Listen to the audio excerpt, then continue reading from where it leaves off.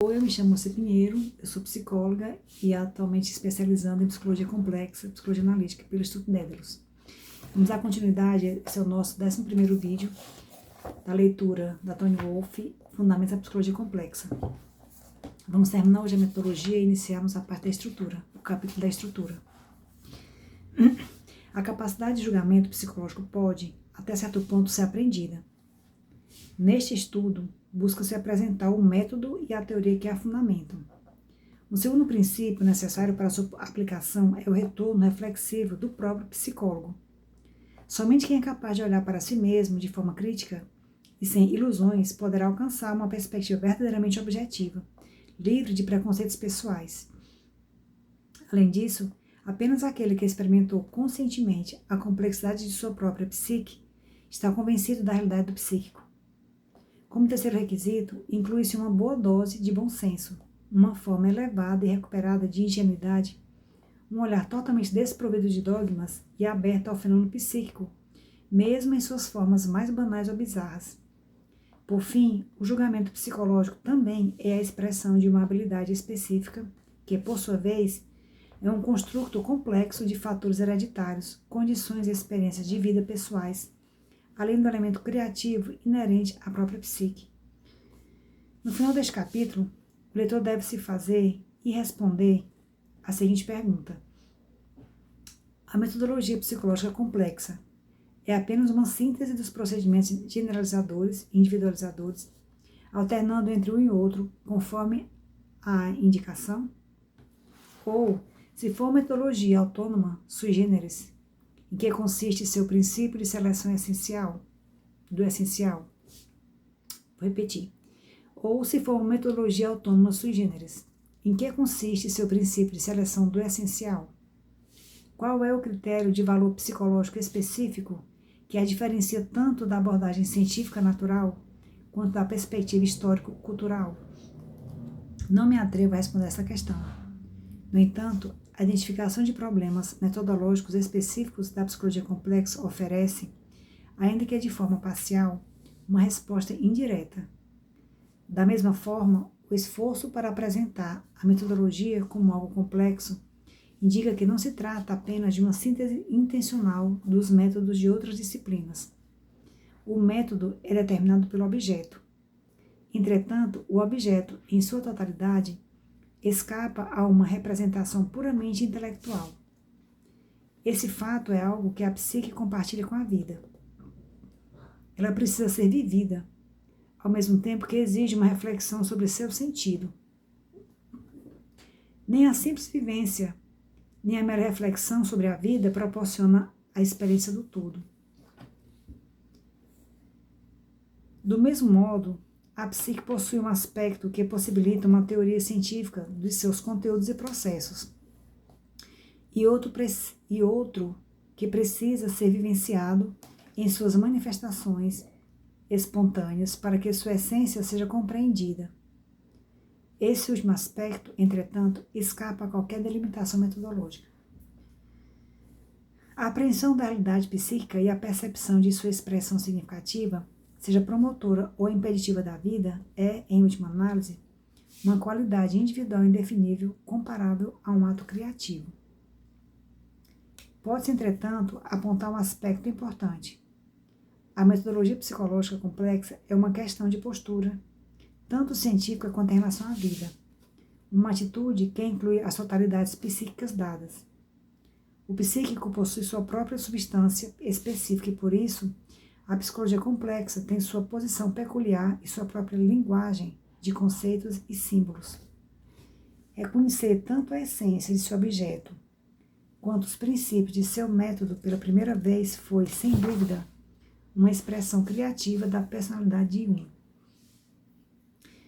Voltando ao ponto de partida, onde o geral foi contrastado com o individual, também pode ser destacado o singular e irrepetível do espírito psicológico de Jung, que foi confrontado pela história da consciência humana com a tarefa procuro o que é impossível.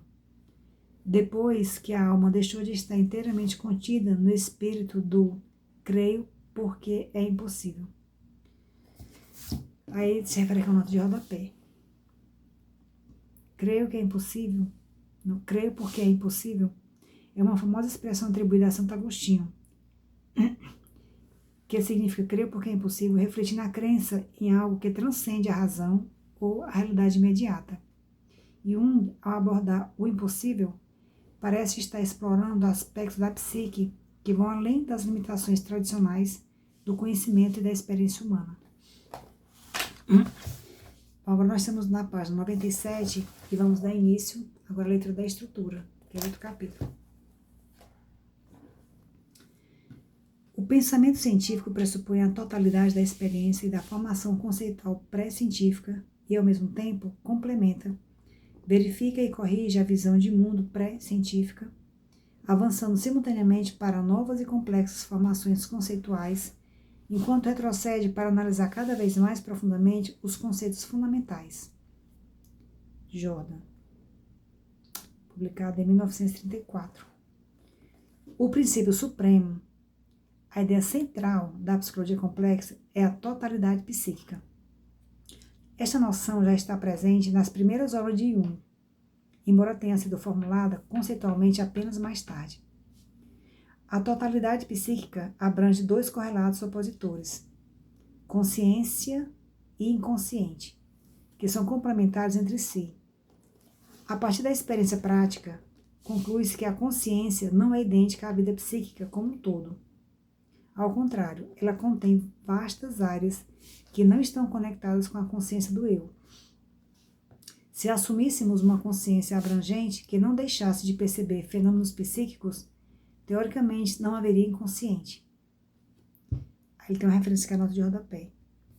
Essa consideração pode ser ilustrada pelas seguintes palavras de Kant: que o campo de nossas percepções sensoriais e sensações, das quais não temos consciência, ou possamos indubitavelmente concluir que as possuímos, isto é, representações obscuras, seja imenso no ser humano e também nos animais, enquanto as claras contêm apenas pontos infinitamente pequenos desse campo que estão abertos à consciência, que de certa forma, no grande mapa de nossa mente, apenas alguns locais estão iluminados, pode nos inspirar admiração por nossa própria natureza, pois um poder superior poderia apenas dizer Fiat Lux, e assim, sem a menor intervenção, praticamente o mundo inteiro se revelaria diante dele.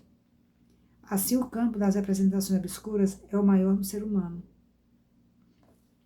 Aí tem entre parênteses, antropologia, parágrafo 5. No entanto, a consciência é direcionada e diferenciada ao fazer uma seleção do material da totalidade psíquica, e, portanto, é inevitável que uma grande quantidade de fatos psíquicos não seja percebida. Esses fatos psíquicos formam o inconsciente. A consciência e o inconsciente diferem entre si tanto em sua estrutura, quanto em sua função e forma de expressão. A consciência é, em nossa cultura ocidental, o aspecto da psique voltado para a adaptação à realidade externa. Para isso, certas funções psicológicas são diferenciadas do pano de fundo da totalidade psíquica e isoladas, entre parênteses diferenciadas, como parte do sistema psíquico. Para a adaptação à realidade externa, é necessário deixar de lado fatores subjetivos e desenvolver valores objetivos e universais, ou seja, é necessário uma adaptação aos valores objetivos. Isso se aplica tanto ao conteúdo psíquico quanto à forma de expressão da consciência. A linguagem consciente é, portanto, racional e adequada aos conceitos e ideias universais. A consciência, por funcionar através dos princípios da direção e diferenciação, necessariamente resulta em uma certa parcialidade, que se distancia da totalidade psíquica e assim perturba mais ou menos o equilíbrio. O inconsciente compensa o desequilíbrio ao configurar aqueles fatos psíquicos que são exigidos para restaurar o equilíbrio e a conexão com o todo da psique e do momento dado. Como a consciência do homem, da cultura ocidental, é particularmente orientada de maneira unilateral para o exterior, os fenômenos intrapsíquicos recebem pouca atenção, e a função compensatória do inconsciente contém justamente aqueles conteúdos que representam a estrutura e a lei da própria psique. Portanto, não seria exagero dizer que, estritamente falando, Apenas a psique ocidental moderna se divide em consciência e inconsciente. Outras culturas, especialmente as orientais, concentram-se instintivamente nos eventos psíquicos e sua consciência está, portanto, voltada para a percepção e diferenciação dos fenômenos intrapsíquicos. Elas alcançam uma consciência e objetividade que a mente ocidental possui na exploração e controle do mundo exterior, embora isso se dê às custas do que constitui nossos valores conscientes, entre parênteses, ciência racional, tecnologia, higiene, assistência social, organização, etc. Fecha parênteses. O atual esforço ocidental para uma compreensão objetiva e impessoal do mundo exterior é paralelo aos esforços psicológicos do Ocidente em relação à vida interior.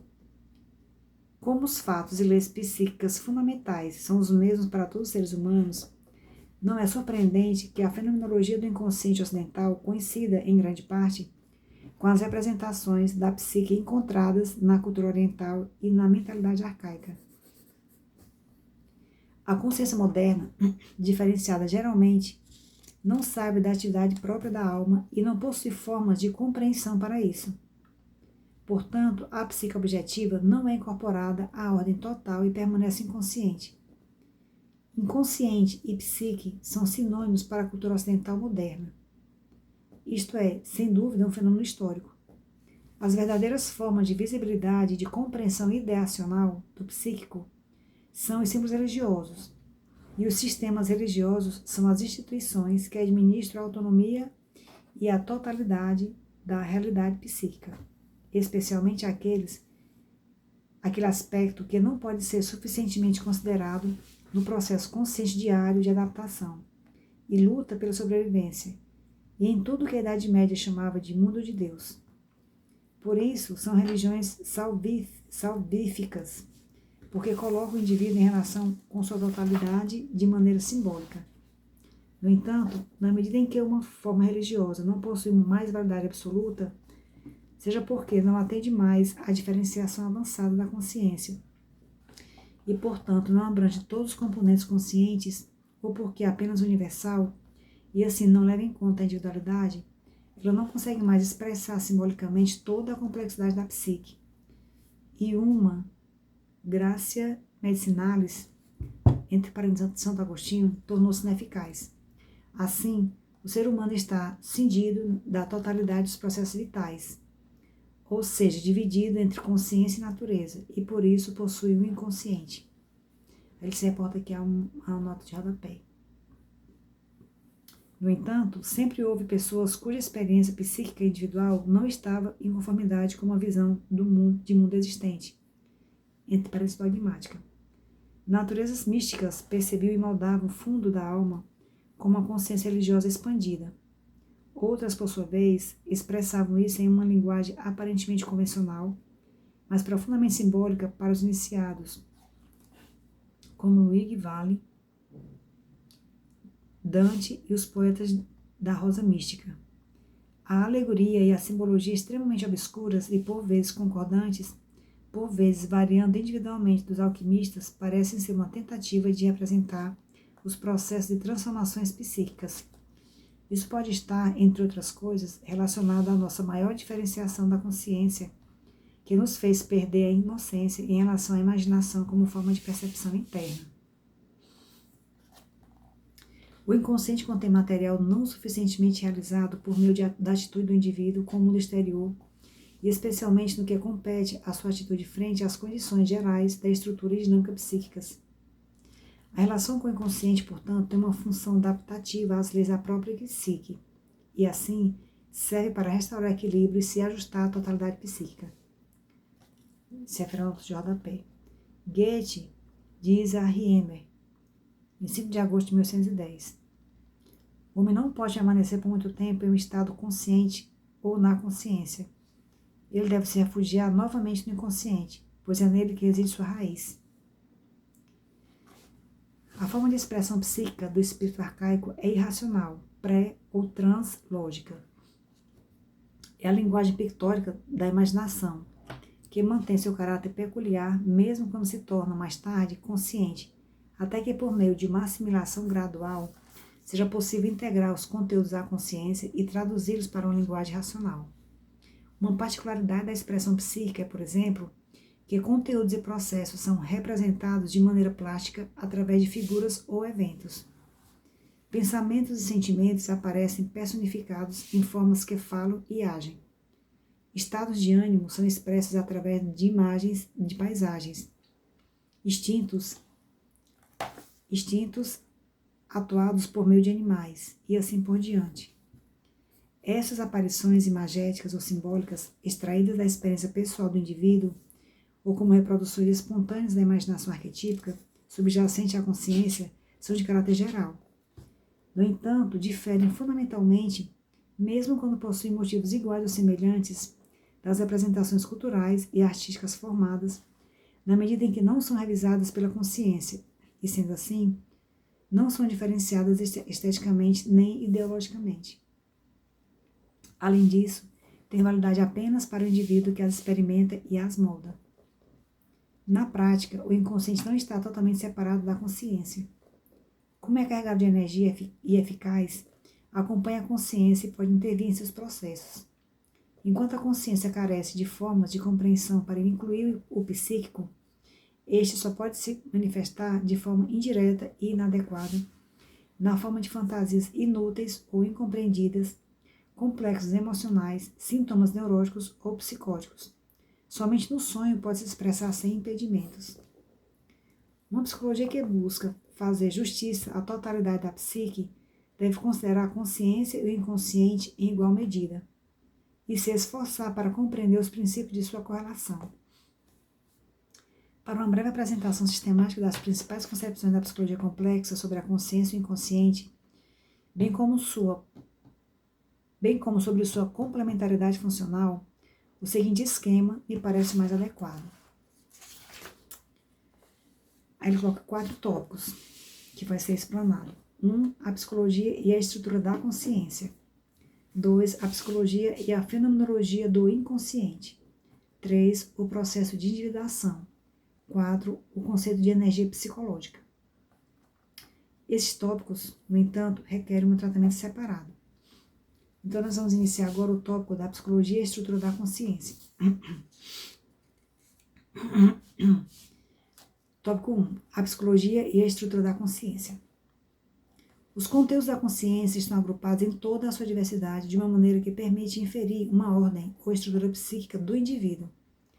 Essa estrutura, por sua vez, tem uma forma típica, ou seja, é possível identificar formas gerais de comportamento que são próprias de determinados grupos de indivíduos. Esse comportamento diz respeito à atitude psicológica e ao tipo de reação aos conteúdos do mundo externo e interno, na medida em que eles chegam à consciência. Além disso, compete à função psicológica mediante a qual a adaptação consciente ocorre na realidade, bem como a forma experiencial que esse movimento atitudinal assume. A atitude típica significa uma disposição da psique para agir ou reagir em uma determinada direção. Estar ajustado significa estar pronto para algo específico, mesmo que esse algo específico seja inconsciente. A disposição sempre envolve a presença de uma certa constelação subjetiva, uma combinação específica de fatores ou conteúdos psíquicos que determinam a orientação em uma direção ou outra, ou interpretam o estímulo externo de diferentes maneiras. Portanto, ocorre uma seleção ou um julgamento que exclui o que não se adequa. Aí ele faz referência aqui à nota de rodapé, que é a definição de atitude que está no volume 6 das obras completas, tipos psicológicos. Eu vou olhar aqui se ele acrescenta alguma coisa ao que foi falado.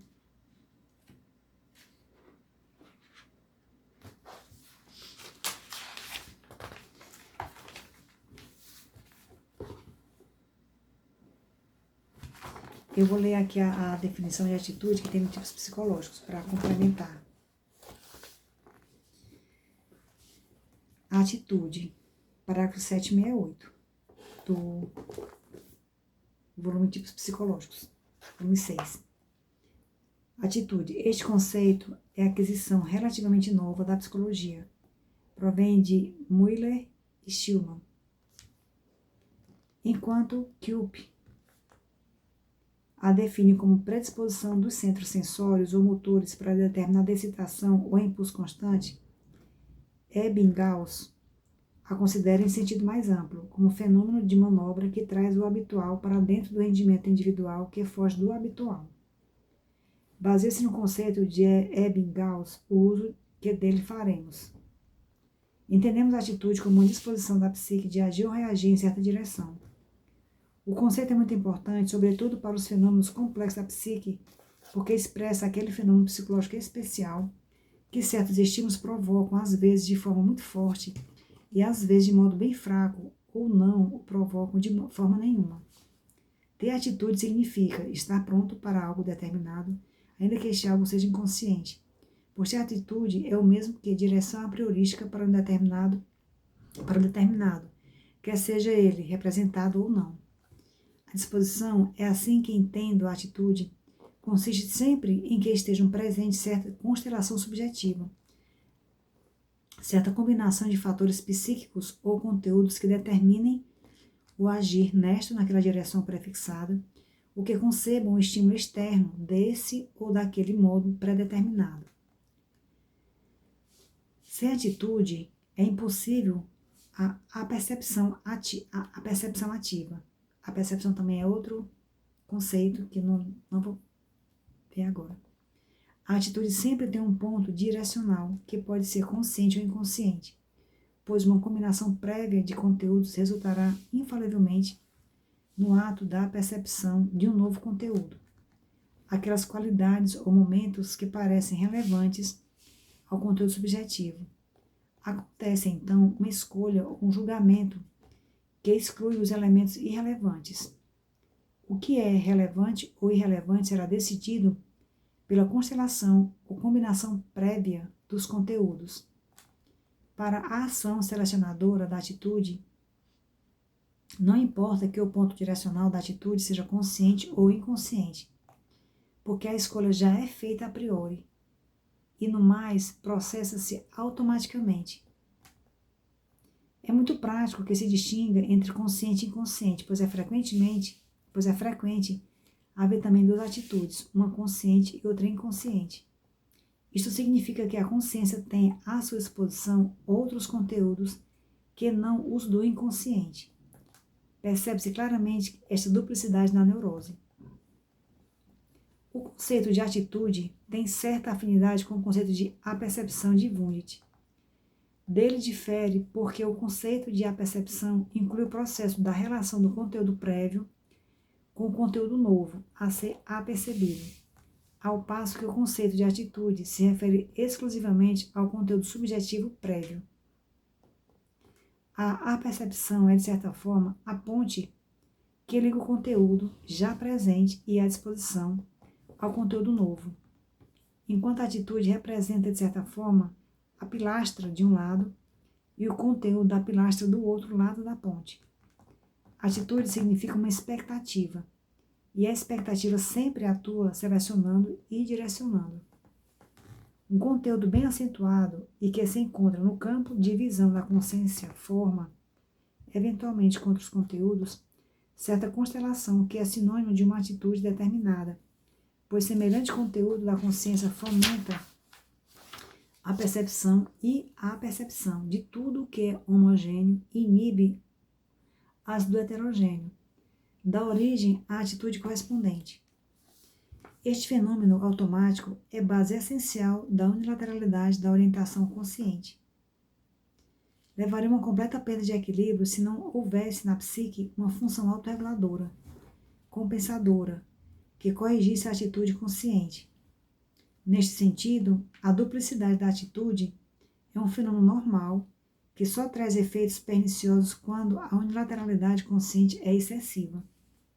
Na qualidade de atenção comum, a atitude pode ser um fenômeno parcial relativamente insignificante ou também um princípio geral que determina a psique inteira. Por força da disposição ou da influência do ambiente, da educação, da experiência geral de vida ou da convicção, pode existir habitualmente uma constelação de conteúdos que engendre de modo constante e até os mínimos detalhes de certa atitude. Quem profundamente experimenta o desprazer da vida terá uma atitude que sempre espera o desprazer. Esta atitude consciente e excessiva é compensada pela disposição inconsciente ao prazer. O oprimido tem uma atitude consciente para tudo o que poderia oprimi-lo. Seleciona neste momento na experiência e o fareja em toda parte. Por isso, sua atitude inconsciente abre-se para o poder e a superioridade. De acordo com a atitude habitual, também a psicologia toda do indivíduo é orientada de forma diferente em seus traços básicos. Ainda que as leis psicológicas em geral valham para todo indivíduo, não são características do indivíduo em si, pois seus efeitos são totalmente diferentes, dependendo da espécie e da atitude geral. A atitude geral é sempre resultado de todos os fatores que podem influenciar essencialmente a psique, ou seja, da disposição hereditária, educação, influência ambiental, experiência de vida, das concepções e convicções adquiridas pela diferenciação, das representações coletivas, etc. Sem a decisiva e fundamental importância da atitude, estaria fora de cogitação a existência de uma psicologia individual. Mas a atitude geral provoca deslocamentos tão grandes de forças e tais mudanças no relacionamento das funções singulares entre si, que daí resultam efeitos globais que colocam muitas vezes em questão a validade das leis psicológicas gerais. Mesmo julgando, por exemplo, ser indispensável, por motivos fisiológicos e psicológicos, uma certa atividade da função sexual, há indivíduos que, sem prejuízo, isto é, sem apresentar fenômenos patológicos ou sem que haja qualquer restrição à sua potência, renunciam a ela, ao passo que, em outros casos, até mesmo pequenas perturbações neste campo acarretam sérias consequências em geral. Quão poderosas são as diferenças individuais, talvez o possamos ver melhor na questão do prazer e desprazer. Aqui todas as regras parecem falhar. O que existe que não tenha causado prazer ou desprazer ao homem, dependendo das circunstâncias. Cada instinto ou cada função pode subordinar-se a outras e lhes obedecer. O instinto do eu ou do poder podem colocar a seu serviço a sexualidade, ou a sexualidade explora o eu. O pensamento sufoca o restante, ou o sentimento engole o pensamento e a sensação, tudo segundo a atitude. Basicamente, a atitude é um fenômeno individual que foge da consideração científica, mas na experiência é possível distinguir certos tipos de atitude na medida em que se podem distinguir também certas funções psíquicas. Quando uma função predomina habitualmente, surge uma atitude típica. De acordo com a natureza da função diferenciada, haverá constelações de conteúdos que geram uma atitude correspondente. Assim, temos uma atitude típica dos tipos pensamento, sentimento, sensação e intuição. Além desses tipos de atitude, psicologicamente puros, cujo número talvez possa aumentar, existem também tipos sociais em que uma representação coletiva imprimiu o seu selo. São caracterizados por diversos ismos. Essas atitudes coletivamente determinadas são muito importantes e, em certos casos, podem superar em importância a atitude individual pura. Bem grande essa definição, mas também bem esclarecedora, né? Assim, a atitude típica determina a totalidade de todos os conteúdos conscientes e os direciona energicamente. A atitude habitual não é idêntica a outras categorias de valor moral. Por função psicológica, Jung entende uma certa forma de atividade psíquica que permanece fundamentalmente constante em diferentes circunstâncias. E aqui ele traz na nota de rodapé o conceito de função. E eu vou aqui nos tipos novamente para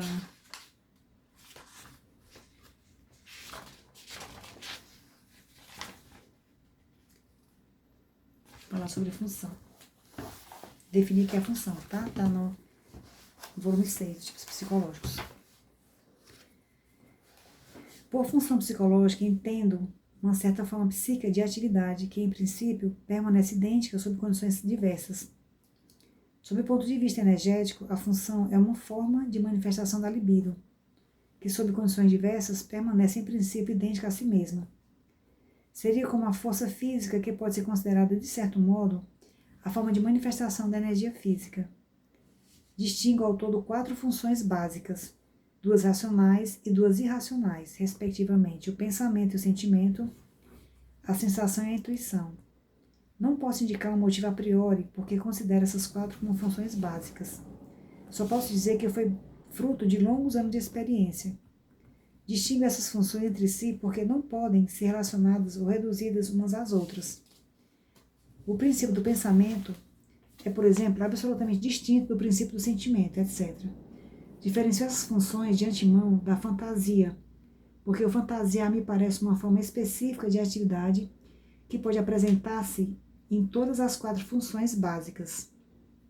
A vontade me parece um fenômeno psíquico totalmente secundário, bem como a atenção. Ele vai dando continuidade definindo a função inferior, mas nós não vamos entrar nisso agora, não está pedindo aqui no texto, né? A forma das funções individuais é independente de seus conteúdos. Trata-se, por exemplo, no caso do sentir, não do que, mas de que o sentimento entra em funcionamento. Além disso, pode-se dizer que no tipo sentimento, a função valorativa desempenha o papel predominante na maioria das situações e decisões conscientes da vida. Este problema é, em geral, um problema da idade mais avançada. Na juventude, a adaptação à realidade é realizada pela função mais dominante, que ao longo dos anos é amplamente diferenciada. Contudo, gradualmente, as exigências das funções restantes começam a se manifestar, seja por razões externas, internas ou por ambos ao mesmo tempo. O indivíduo se vê em uma situação que não consegue lidar apenas com a configuração unilateral anterior e com a função geralmente diferenciada. Poder-se também dizer que as funções anteriormente negligenciadas e agora energeticamente ativas se impõem à consciência e levam o indivíduo a situações de vida que exigem uma orientação diferente, ou seja, mais abrangente do que a anterior. Esse esquema de sequência de diferentes funções psicológicas, que aparece quase matematicamente abstrato, é na verdade um processo dinâmico que abrange todos os detalhes da vida e significa um grande esforço intelectual e moral, como uma nova orientação. Em especial, a assimilação da função inferior, até então inconsciente, leva a um conflito de extrema intensidade, pois os princípios da função superior e da função inferior estão em oposição. O conflito é ainda mais intensificado pelo fato de que a função inferior está contaminada com os conteúdos do inconsciente coletivo, o que ameaça dissolver o ego. Assim como a função superior é de validade geral em relação aos valores existentes, a função inferior é idêntica às leis gerais e atemporais da natureza humana, tal como sempre foi e sempre será. Portanto, o problema da assimilação, ou seja, da confrontação com a função inferior, é o primeiro passo para o processo de individuação. Nós vamos parar por aqui o vídeo e retornamos com o outro do 12º. A gente se vê.